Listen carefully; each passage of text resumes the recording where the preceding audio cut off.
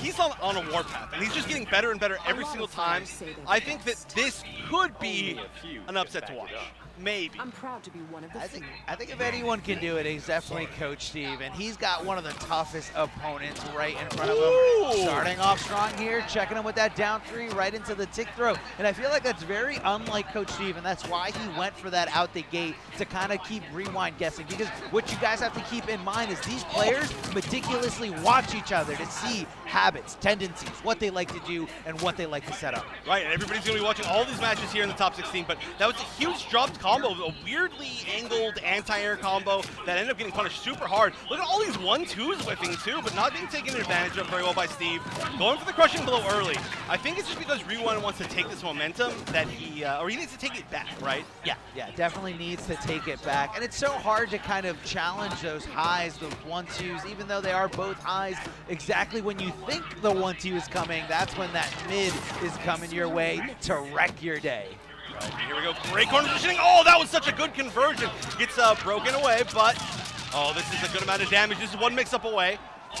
Oh, and just meaty back 1. That's all you need. The second 9-frame mid of Liu Kang.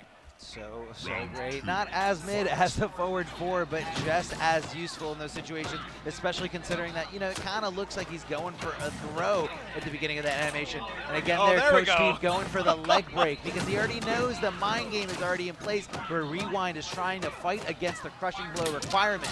So now he can set up the arm bar if Rewind thinks he's going to go for the leg break next time. Right, it's all conditioning as per pretty much everything else here. Nice conversion. It's going to be a lot of damage. No defensive bar from Rewind, or only one. Not enough to break away. I love the throw back into the corner. Spatial awareness. You got to be aware of everything in your environment. And this is beautiful huge. Stage.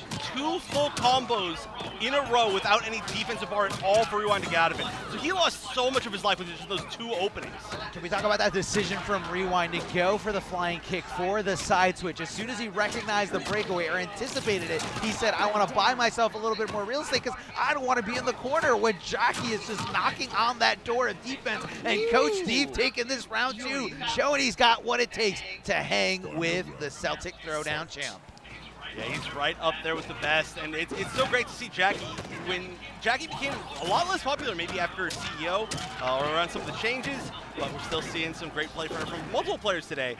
And this is still really good corner positioning, but you got to get out of this pressure. Oh, and that's not a good way to get out of pressure. Not by getting hit. Oh, no, especially not when that crushing blow is ready to go. Rewind cashing in big here. Now Coach Steve definitely down to 1 to throw away. So is that the option he's looking for? Oh, managed to survive, but there's almost no way, yeah. Once you use that defensive bar, getting out of a meaty situation like that in a chip is nearly impossible. And wow, what a third round from Rewind. I mean, that was looking very close into just Rewind ran away with it from the corner. Yeah, it all went downhill after that crushing blow, and Coach Steve down to very limited options, very little wiggle room here. And of course, the score is 1-0 in Rewind's favor here. What bicycle kicks here, jumping over the other side, and Coach Steve ready to fight back with those buttons to stop Rewind dead in his tracks. Oh, gets all 3 of the knees for optimal damage. Not easy to do. He's going to get another opening. Nice. Goes for the mirrorless opening. Drops it. Gets a little bit of pressure. Oh, no. Great flawless block, but that move just hits too fast too many times in a row. Yeah, I don't know if Coach Steve was looking for an up 2, but up 2 has no invulnerability even when activated from the flawless block. So in some situations, far and few between, you got to go for the up 3 and just take the momentum and give up the combo. Yeah, well, that was one of those spots, and now look at this, everything turning around. Gotta guess right here. All right, pressure time for Jackie. No, gets clipped again by what other than forward 4. And now it's match point for Rewind. It's an incredible mid, a great mid to kind of take the turn back, making, your decision to double dip sometimes and to swing not on your turn so much more deadly. Rewind looking strong. Coach Steve in a world of hurt, in a bad position here. The cancel from Rewind, and Coach Steve finally challenging there with a down 1 to get over those highs, but it's just so scary because those could have easily been mids to blow that option right up. Yeah, and I'm surprised we saw that cancel a little bit earlier. That's not real anymore. That was one of the changes in the patch. But, all right, this is looking even-ish again. They're even back to mid-screen. Going for the armbar, he can set up the crushing blow here, but this is, again, scary. Is Rewind going to anticipate the leg break afterwards, or is he just going to keep teching? Oh, no. Again, going for the flawless block and up two, but forward four is the god. You can't stop forward four. The other mindset to keep in mind here is because Rewind knows how dangerous it is to throw Jackie, he might not even go for it at all. Coach Steve with a combo of his own. He does have access to Fatal Blow. He ducked standing one out of 1-2, stood up and jabbed before the second hit of 1-2. That was so good. Coach Steve not done yet, not down at all, not ready to give up. He's ready to go into this final round situation. This is do or die for Coach Steve because this is the lower bracket. If he loses this set, he is out of the tournament. And we did see how well Rewind was able to play out of the corner last time. And look, he's going for a very similar set of strings. Throw is going to go back to mid-screen, but, I mean, that's honestly okay for Lou. I think you'd rather go back to the mid-screen if you had to choose either corner or mid-screen with Lou. Oh, and he had the second crushing blow throw set up. That is, I think, two in one game. Definitely there. Yeah, Liu Kang, one of the few characters that does have it in both directions here. And Coach Steve, I think he just wasn't sure that Rewind was going to take that risk for the throw because a throw is always a huge risk in Mortal Kombat 11. Yeah. Now, does he have the crushing blow requirement? No, not yet. Going for the forward throw is Coach Steve. Keeping Rewind here in the corner, trying to bully him. He does have the slight life lead. Both players have already utilized their Fatal Blow, so that's not going to come into play at all in this final round. The mid, and Rewind just decides to block, doesn't want to go back, but now finds his way to go forward, 4-3. And Coach Steve with the interrupt. Is this going to be enough? It should be. No, he jumps the combo and an opening for Steve. That's going to be crushing blow, and that's going to be it. Down two. Oh, no, it's not enough. Oh, and the wake-up jab! The wake-up jab from Coach Steve, and look at that stone face just saying, yes, I've got it under control. And of course, guys, if you want to demonstrate the dominance over your opponent, my advice to you is to make them watch this fatality anytime you can. That is the first game for Coach Steve, now tying it up 1-1. How's he gonna feel?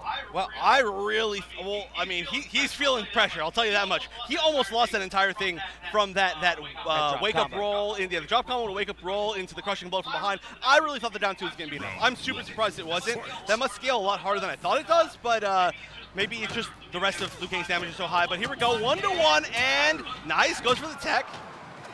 Fortunately, we don't know which one it was. I kind of wish there was a tell to see which one he did go for. Now escape failed. The next throw, if it is successful from Rewind, is going to lead into a 31 crushing blow.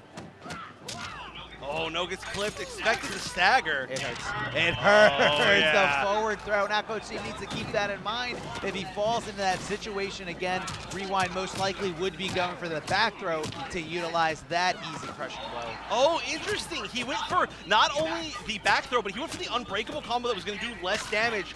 I think he realized that this one was kind of a wash, and he wanted to set up for an explosive either, round 2 or round 3. So it's a really interesting strategy here, kind of accepting that you just got to set up your resources for later. Yeah, I know, definitely, especially with things like, they take so long to cool down and be available again. Oh, he doesn't come into the whole thing, but it's okay. Coach Steve taking control, taking the momentum, pushing Rewind a little bit closer to the corner. And I think a lot of the requirements for that elbow drop have been met, but let's see how Coach Steve applies it here, especially after that grease kick. Great recognition of the breakaway from Coach Steve. Gonna pop him up, not gonna go. Oh, hold on, we're going right into the clinch. All right, just gets the normal knockdown, saving the crushing blow for next round. That's going to be Oki. Might see the side switch. No, just goes for the meaty, and we are on match point for both players. I don't know if anybody expected it to be this close, but we do have crushing blow set up for a lot of options from Jackie. If this ends up with a crushing blow, I'm going to say that first round was genius by Steve. But it might not get to be that way. I mean, Rewind, okay, great. He set up another, crushing blow throw. You got to be so scared. So now Coach Steve has to be teching the with the back throw in mind, because that's going to lead into a crushing blow if Rewind does connect it here. Meeting him with that incredible mid, the forward 4-3, those kicks from Kiki Longstocking. Look at those flawless blocks on the projectiles. Oh no, and is this the crushing blow? No, he already used that one. Yeah, he already used that one, so I think Rewind is playing to the fear here. Yeah, we saw the escape fail, so he did assume it was going to be the crushing blow throw. He's like, I'll take this one, and here we go, going right into it. He doesn't no have defensive bar. Oh, look at the damage. Somebody help. I but heard this was normalized. Somebody help. He's in 43%. fatal blow. That's it. I don't know. Actually, I don't know if it's it. I think it's it. I think that's it. I'm pretty sure that's I it. think that's it. This is a big dragon, and this is going to be a big Yeah, punch right to the without gut a here. doubt, that is enough. And gets caught with just the singular hit. Unfortunate. That combo did so much damage, but it was just enough to put Rewind into fatal blow range, and Rewind realized that, and he was like, you know what? This is the moment. I'm checking, I'm fishing, and if I get that one hit, I win. That's it. And it was a hit confirmed there from Rewind. We saw him just go right in that fatal blow. So much damage. But what really